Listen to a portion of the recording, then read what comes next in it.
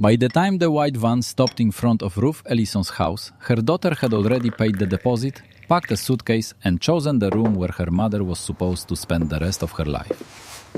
At 83, Ruth was still pouring her own tea, still living in the home where she had buried a husband, raised 2 children, and survived enough loss to recognize one more betrayal when it came wearing a polite smile.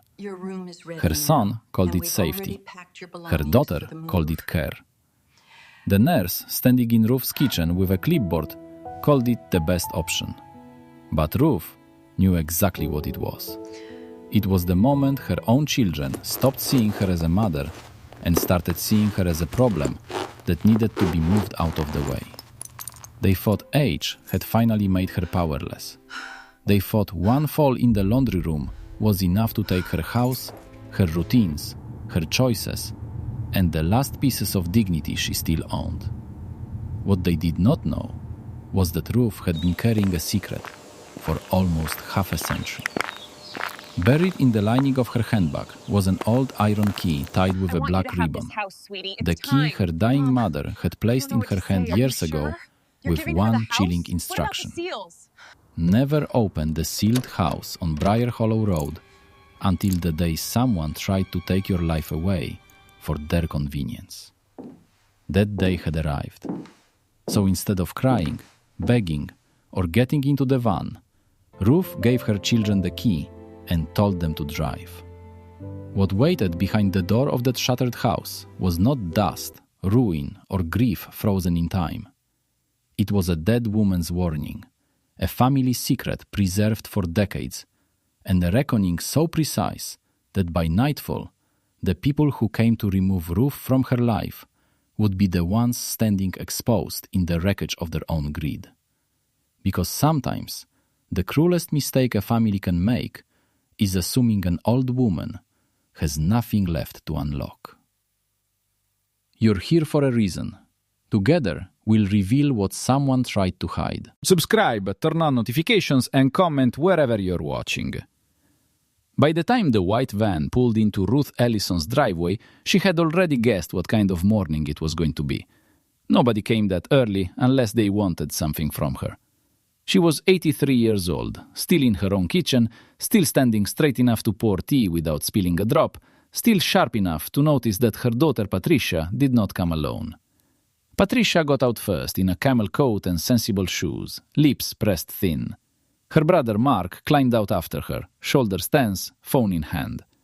Behind them came a woman in pale blue scrubs carrying a clipboard, and then a driver from the facility. From the facility. Ruth set down the teapot very carefully. When they came in, the nurse smiled the way people smiled at children and the dying. Mrs. Ellison, I'm Janice from Brookhaven Residence. We're going to make today as easy as possible. Ruth looked at Patricia, not Janice. You brought a stranger into my house before you even said good morning. Patricia exhaled sharply. Mom, please, don't start. Don't start, Ruth repeated.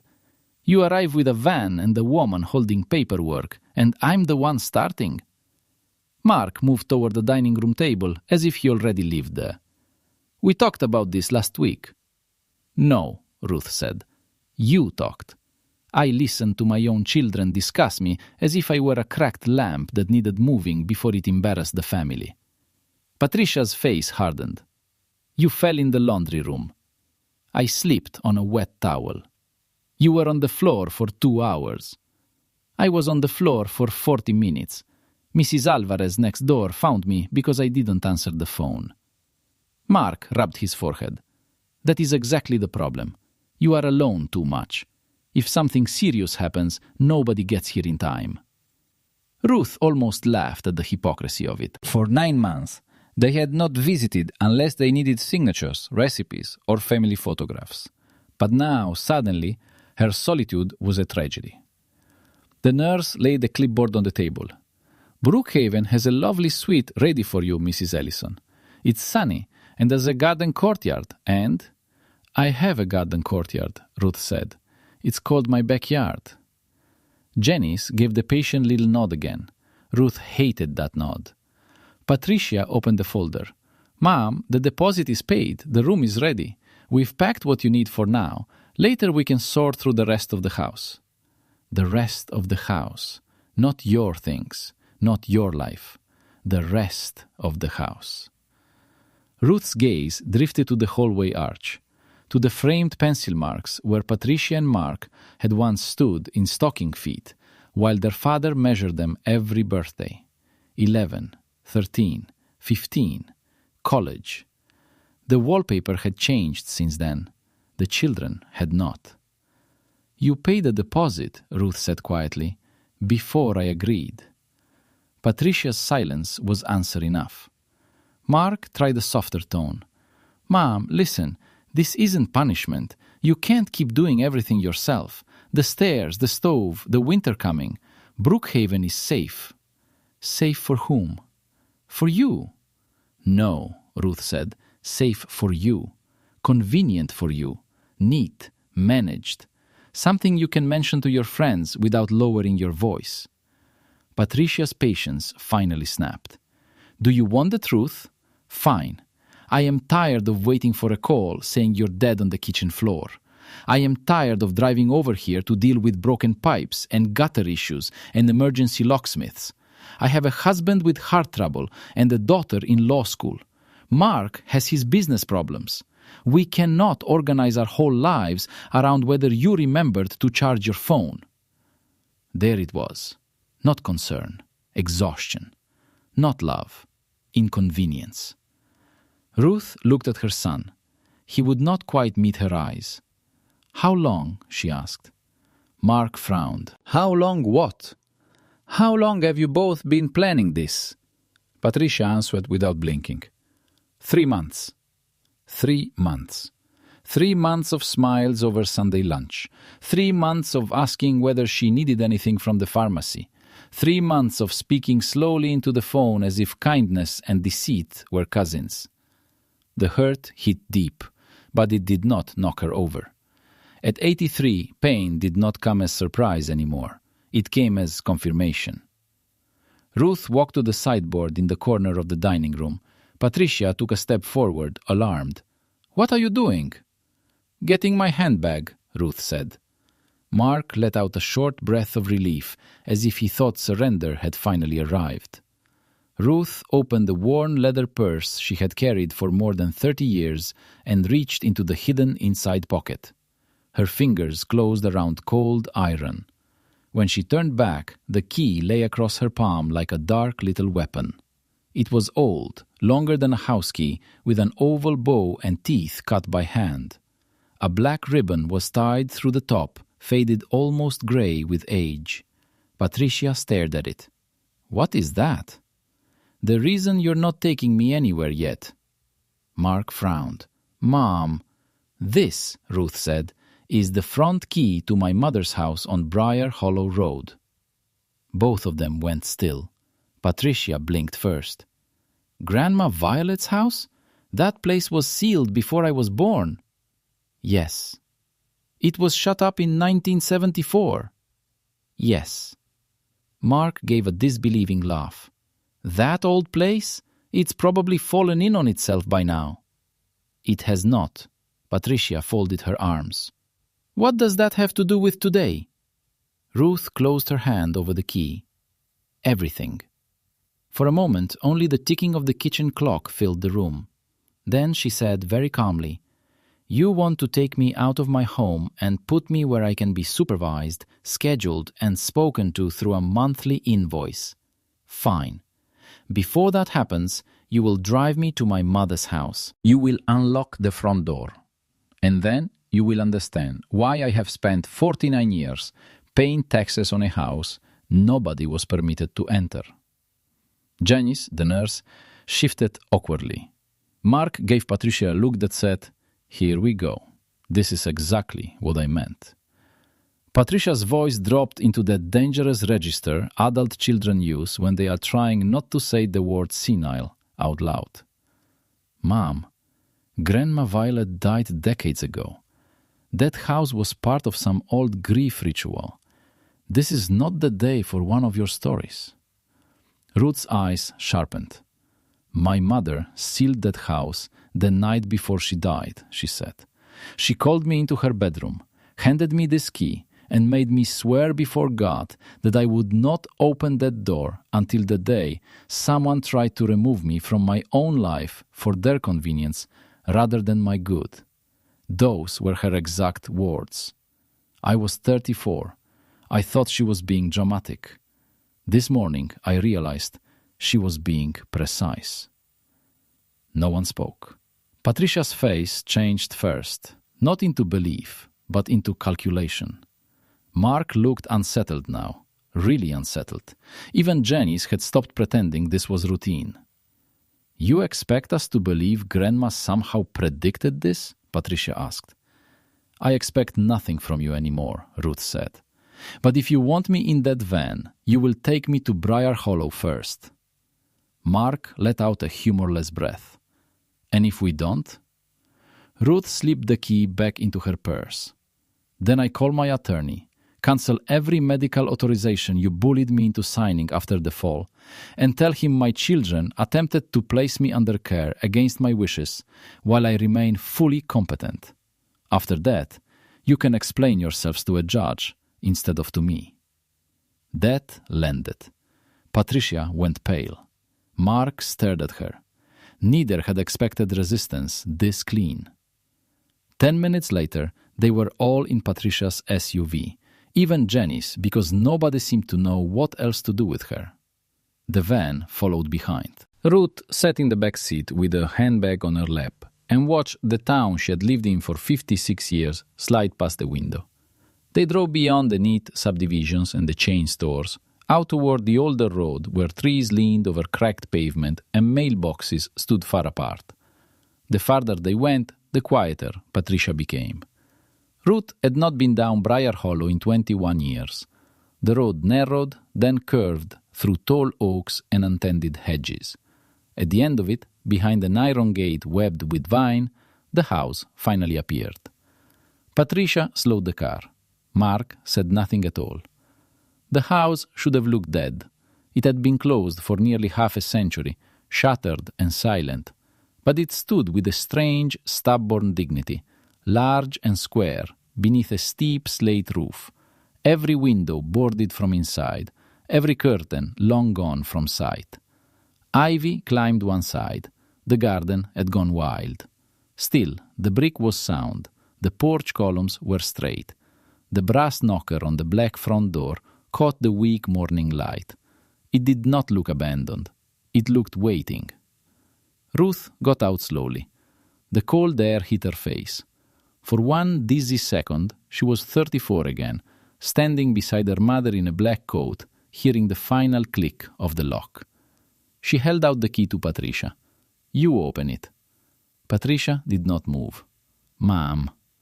"You were very ready to close one door on me this morning," Ruth said. "Now open this one." Something passed across Patricia's face then. Something close to shame, but it vanished quickly. She took the key. The lock turned too smoothly for a deserted house. That was the first shock. The second came when the door opened. No rot, no collapse, no smell of ruin. Only cool air, cedar, lavender, and the stillness of a room that had been left untouched on purpose. Dust sheets covered the furniture in the front hall like sleeping figures. The floorboards gleamed faintly beneath a film of grey. On the narrow walnut table, just inside the entrance, sat a silver tray, polished recently enough to catch the light. And on that tray lay 2 envelopes in Violet Mercer's unmistakable handwriting. One said, "For Ruth." The other said, "For whoever came to take her away." Nobody reached for the envelopes at first. Even Patricia, who had arrived that morning armed with schedules, signatures, and polished certainty, seemed unwilling to touch a dead woman's handwriting. Ruth took hers without ceremony. "Take yours," she said. Mark looked at Patricia. Patricia looked at the envelope again. Then, with visible reluctance, she picked it up from the silver tray. Her name was not on it. Neither was Mark's. Only those cold, deliberate words. "For whoever came to take her away." Janice, the nurse, hovered by the door as if she had wandered into the wrong century. Ruth opened her envelope with a steadier hand than she felt. Inside was a single folded sheet of cream paper, brittle at the edges but still clean. The ink had browned with age, yet every letter was sharp. Violet Mercer had always written like she was engraving a commandment. My dearest Ruth, if this letter is in your hand, then what I feared has happened at last. They have come, smiling, with reasons and plans and tidy explanations, and they have mistaken your age for surrender. Do not be frightened by the silence of this house. It has not been empty. It has been waiting. Take them into my study. Open the left drawer of my desk. Remove the false bottom. There you will find what was hidden for the day when kindness failed inside the family again. You once asked me why I closed this house instead of selling it. Because memory is not the only thing families bury. Sometimes they bury motive. Sometimes they bury greed. Sometimes they bury the truth and call it practicality. If your children brought you here in love, forgive them. If they brought you here in convenience, let them read every page. I learned too late that people do not become cruel when money appears. Money merely removes the last need for them to pretend. Everything here is yours now, not because you are my daughter, because you were the only one who did not try to manage me like a problem. All my love, Mother Ruth. Stood still for several seconds after she finished.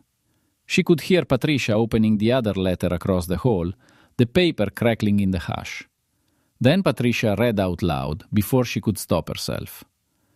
If you are standing in my doorway because Ruth asked you here, continue.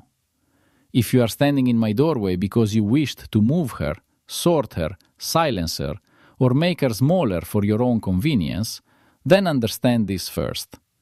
I knew your kind before you were born. Mark gave a short, uneasy laugh. Jesus. Patricia kept reading, but now her voice had lost its edge.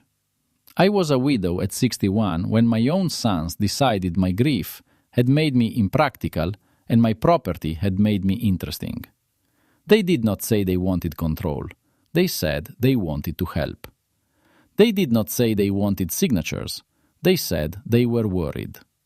Every ugly family act begins dressed as concern. Only Ruth stood beside me. So if you have come to take her where she does not wish to go, do not flatter yourselves that you are pioneers of necessity. You are merely repeating an old family sin with newer shoes. By the time Patricia reached the end, her face had gone stiff and colorless. Mark snatched the paper from her hand and scanned it, jaw tightening. This is insane. Grandma wrote this almost 50 years ago. Yes, Ruth said quietly. And yet, here you are. Janice cleared her throat. Mrs. Ellison, I really don't think I should be part of a private family. You should leave then, Ruth said, not unkindly. The nurse looked at Patricia, waiting for instruction. Patricia opened her mouth, then closed it again. For the first time that morning, she was not running the room. Janice backed toward the front door. I'll wait outside. No, Ruth said. You may go back to Brookhaven and tell them the intended resident was unexpectedly unavailable. The nurse gave one helpless nod, grateful for clarity, and vanished almost immediately. A minute later, they heard the front door shut, then the sound of the van pulling away down the drive.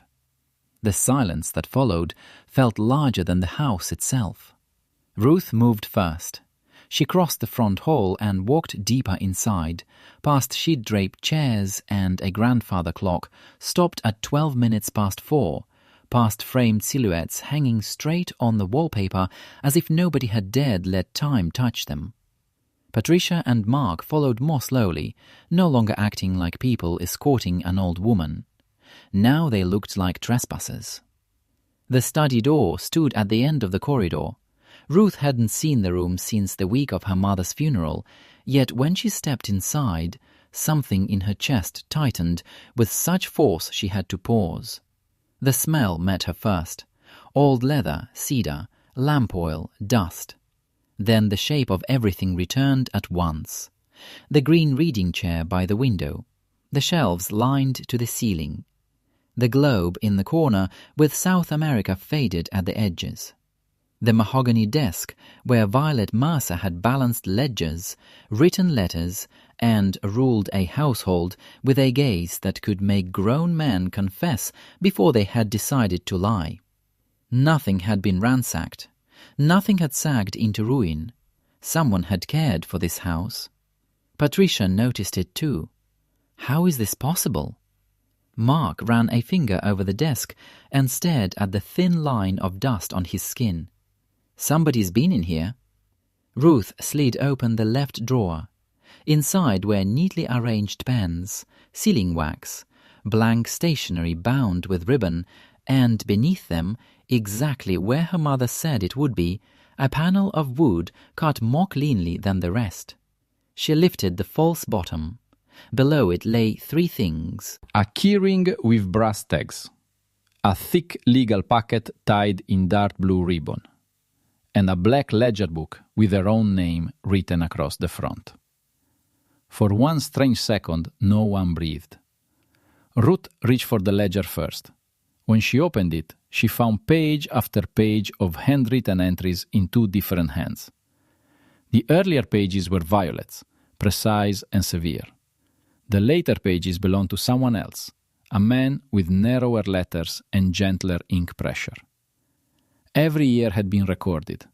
Property taxes paid, roof inspections, chimney repairs, window preservation, grounds maintenance, insurance renewals, trust performance summaries. At the top of each annual page was the same phrase, "For Ruth, kept ready." Patricia leaned closer despite herself. Trust? Ruth turned the page. There, clipped inside a pocket at the back, was a recent statement from Mercer Hollow Family Trust. She stared at the numbers for a long moment before they fully arranged themselves into meaning. Mark saw them at the same time. "Oh my God," he said. Patricia took the statement from Ruth before anyone could stop her. Her eyes flew over the page once, then again, slower the second time. "This can't be right." Ruth's voice came out low. "Read it." Patricia swallowed. Principal assets including Brier Hollow residence, surrounding acreage, treasury bonds, dividend accounts, and reserve holdings. Sole lifetime beneficiary, Ruth Ellison. Successor directives attached. She stopped. "How much?" Mark asked. Patricia did not answer. "How much?" he repeated, sharper now. Her lips parted. "A little over 3 million." The number entered the room like another person. Mark looked at Ruth as if he had never seen her clearly before. Not as a mother. Not as a woman who had fed him, covered for him, lent him money without writing it down. As a fact. As leverage. As a revelation he wished had arrived sooner. And because Ruth had been his mother all his life, she recognized that look instantly. It made something old and tired in her go cold. "There's more," she said. Her fingers moved to the legal packet. The ribbon came loose with a soft whisper. Inside were trust documents, property maps, letters from attorneys, and one sealed, notarized statement marked "to be opened only in Ruth Ellison's presence." Patricia stepped forward. "Mom, maybe we should sit down." Ruth looked up at her daughter. Only an hour earlier, Patricia had been prepared to deliver her into a furnished room with a nice courtyard and a medication schedule. Now her voice had gone warm, almost tender. It was such a fast transformation that it might have been funny if it had not been so ugly. "I'm comfortable where I am," Ruth said. She opened the notarized statement. The first paragraph was enough to make Patricia grip the back of a chair. "I, Violet Mercer, being of sound mind, state for the record that this trust and the Brier Hollow property are to remain solely under the control of my daughter, Ruth Ellison, for the duration of her natural life, provided she remains of competent mind, which I believe she will longer than most. No child, grandchild, in-law, advisor, physician, or well-meaning intruder shall compel her residence, direct her property, or limit her liberty for the sake of convenience while competency stands.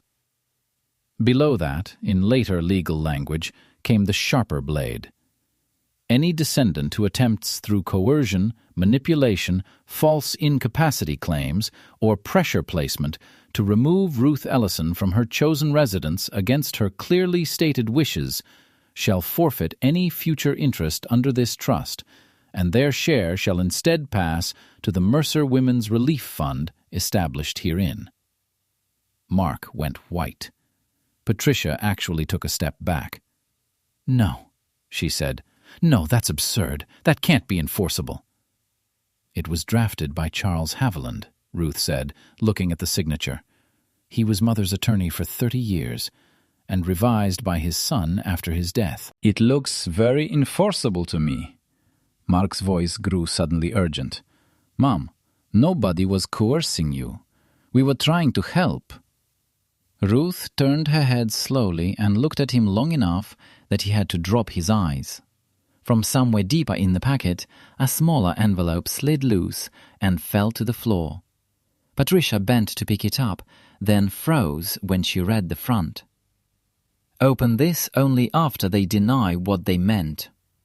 Ruth held out her hand. Patricia hesitated. Then, very carefully, she gave it to her. Inside was not a letter, but a single folded page and a smaller note pinned to it. Ruth read the note first. "If they insist this was love, do not argue. Ask to see the papers they brought with them. Love arrives with worry. Convenience arrives with folders." Her hand lowered. For the first time that day, Patricia looked afraid. "Give me the folder," Ruth said. Patricia's chin lifted on instinct. "Mom, that isn't necessary." "Then it will be easy." Mark stepped in too fast. "There's nothing in there except admission forms." Ruth turned to him. "Then why did your voice change?" No one moved. Ruth held out her hand and waited. Patricia finally surrendered the folder with visible reluctance, but she didn't let go right away. For 1 second, mother and daughter stood there with both hands on it, as if they were tugging over more than paper. Then Patricia released it.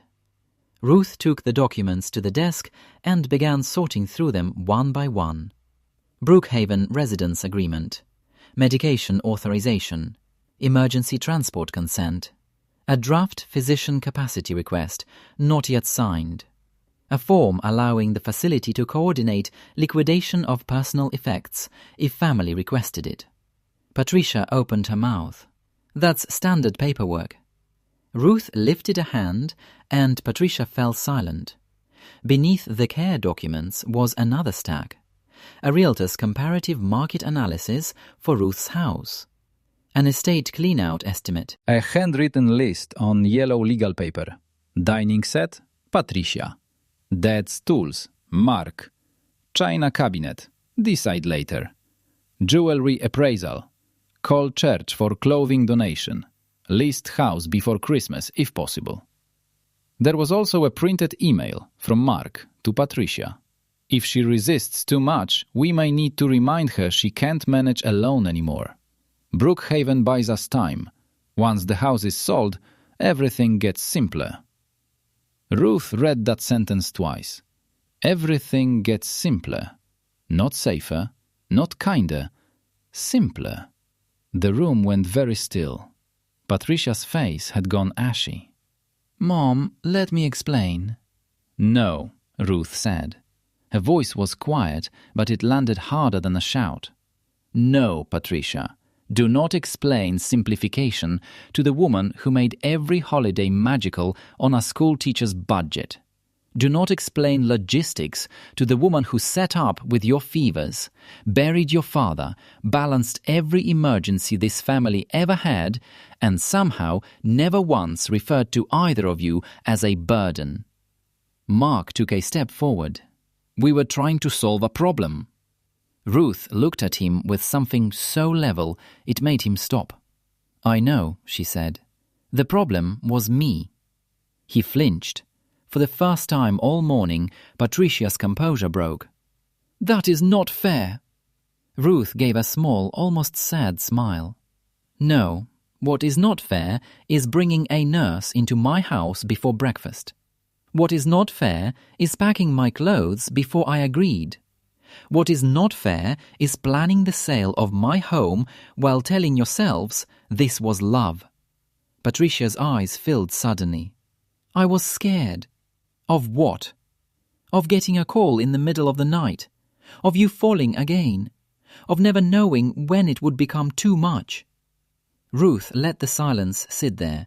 Then she said, Fear can make people hurry. Greed makes them organize. Patricia looked down. A sound came from the front hall then, footsteps slow and unhurried, followed by the soft scrape of the door. All three of them turned. An elderly man stood in the doorway, carrying a canvas bag of groceries and a ring of keys. He wore a dark wool coat, mud on his boots, and the calm expression of someone who had never once doubted his right to enter this house. When he saw Ruth, his lined face softened. "Well," he said, "it's about time you came home, Miss Ruth." She stared at him, then recognition rose from some deep old place. "Walter Bell?" He smiled. "My son now. I'm Thomas Bell. Walter was my father." And suddenly it made sense. Walter Bell had been the caretaker when Ruth was a girl. The man who fixed the porch swing, trimmed the hedges, kept bees at the back edge of the orchard. Thomas must have been a boy then, running through these halls half wild in summer. "My father kept the place," Thomas said, setting the groceries down. "After he passed, I did. Then my daughter started helping with the upstairs windows. Trust paid regular. Taxes stayed current. Your mother was very clear. House stays ready. Always."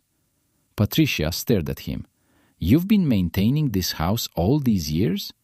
Thomas looked at her, then at the papers in Ruth's hands, and understood more than enough.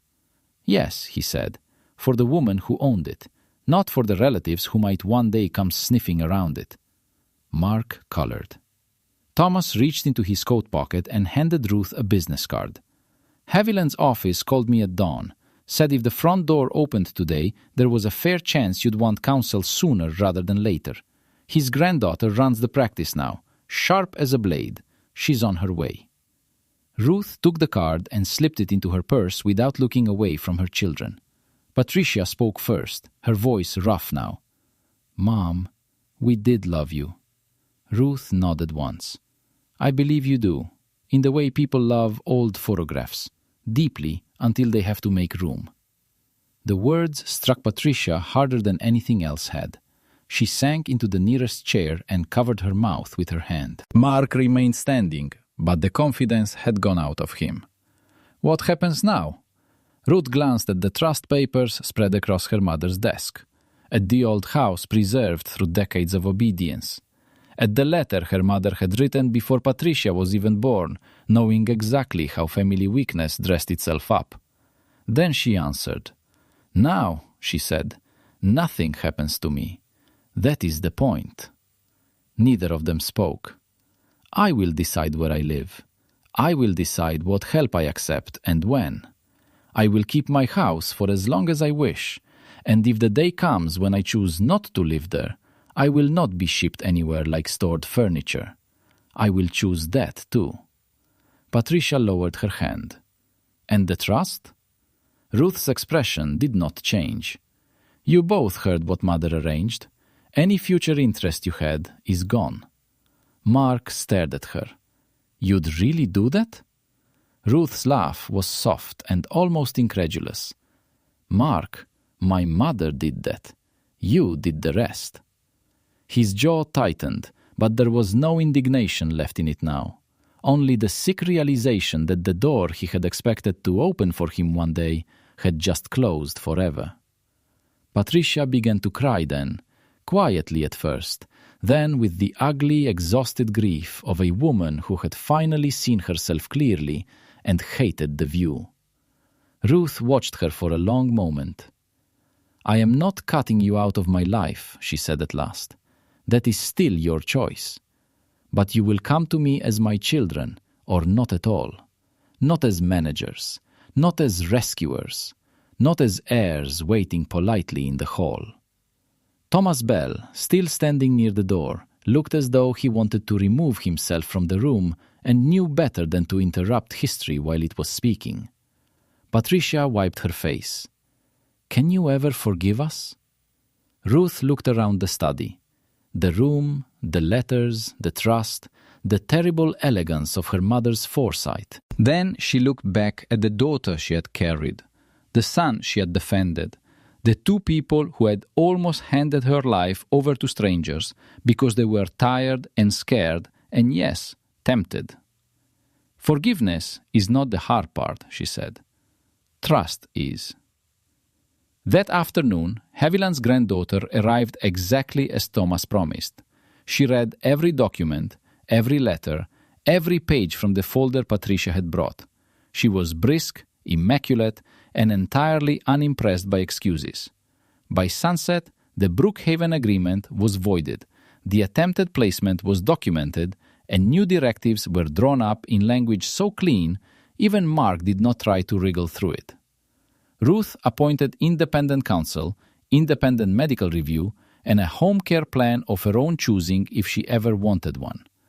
No family member would again be able to move, place, sign for, or rearrange her life behind the soft shield of concern. 3 months later, Brier Hollow was open again. Not to the public, not to tourists, not to curious relatives, to purpose. The downstairs rooms were restored first. The front parlor held sunlight now instead of silence. The old study remained exactly as Violet left it, except for one new photograph on the desk. Ruth, at 83, standing straight on the front steps with the iron key in her hand. She did not move into a nursing home. She did not vanish into supervised quiet. Instead, she split her time between her own house in town and Brier Hollow, where 2 mornings a week the long dining room hosted tea for widows, discarded wives, frightened daughters, and elderly women beginning over later than they ever imagined. The Mercer Women's Relief Fund paid for legal advice, temporary housing, and emergency support for those who had been told, politely or otherwise, that their lives would be easier for everyone if they would just step aside. Patricia came the first time in spring without a folder. She stood on the porch for almost a full minute before knocking, as if she understood now that doors meant something. Mark came later, awkward and grayer than Ruth remembered, carrying a pie he clearly had not baked himself. Neither was turned away. Neither was indulged. Over time, something thinner than innocence but stronger than performance began to grow back. Not entitlement, not certainty, respect. One evening, near the end of summer, Ruth stood in the Brier Hollow garden while women's voices drifted through the open dining room windows behind her. Laughter, teacups, a chair scraping softly across old wood. Thomas Bell was repairing the side gate. "You think Miss Violet would approve?" he asked. Ruth looked up at the house her mother had sealed against greed and saved for truth. "Yes," she said. Then she smiled, small and steady. "And for once," she added, "I think she would be surprised by how well it turned out." In the front hall, on the walnut table just inside the entrance, the silver tray still remained. The envelopes were gone. The door, at last, stayed open.